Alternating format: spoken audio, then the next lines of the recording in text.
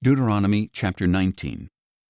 When the Lord your God has cut off the nations whose land he is giving you, and when you have driven them out and settled in their cities and houses, then you are to set apart for yourselves 3 cities within the land that the Lord your God is giving you to possess. You are to build roads for yourselves and divide into 3 regions the land that the Lord your God is giving you as an inheritance, so that any manslayer can flee to these cities. Now this is the situation regarding the manslayer who flees to one of these cities to save his life, having killed his neighbor accidentally without intending to harm him. If he goes into the forest with his neighbor to cut timber and swings his axe to chop down a tree, but the blade flies off the handle and strikes and kills his neighbor, he may flee to one of these cities to save his life.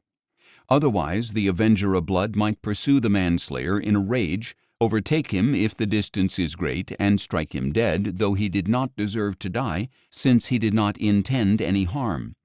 This is why I am commanding you to set apart for yourselves 3 cities.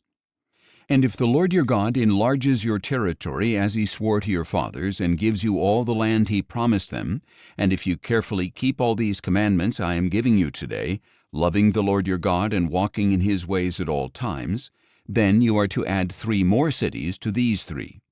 Thus innocent blood will not be shed in the land that the Lord your God is giving you as an inheritance, so that you will not be guilty of bloodshed. If, however, a man hates his neighbor and lies in wait, attacks him and kills him, and then flees to one of these cities, the elders of his city must send for him, bring him back, and hand him over to the avenger of blood to die. You must show him no pity. You are to purge from Israel the guilt of shedding innocent blood, that it may go well with you. You must not move your neighbor's boundary marker, which was set up by your ancestors to mark the inheritance you shall receive in the land that the Lord your God is giving you to possess.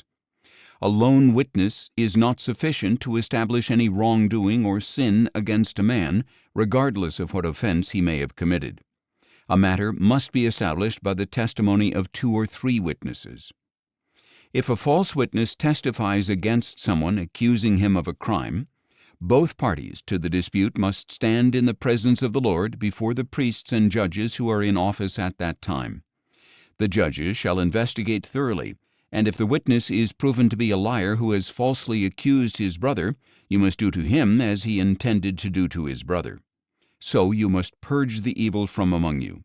Then the rest of the people will hear and be afraid, and they will never again do anything so evil among you. You must show no pity, life for life, eye for eye, tooth for tooth, hand for hand, and foot for foot.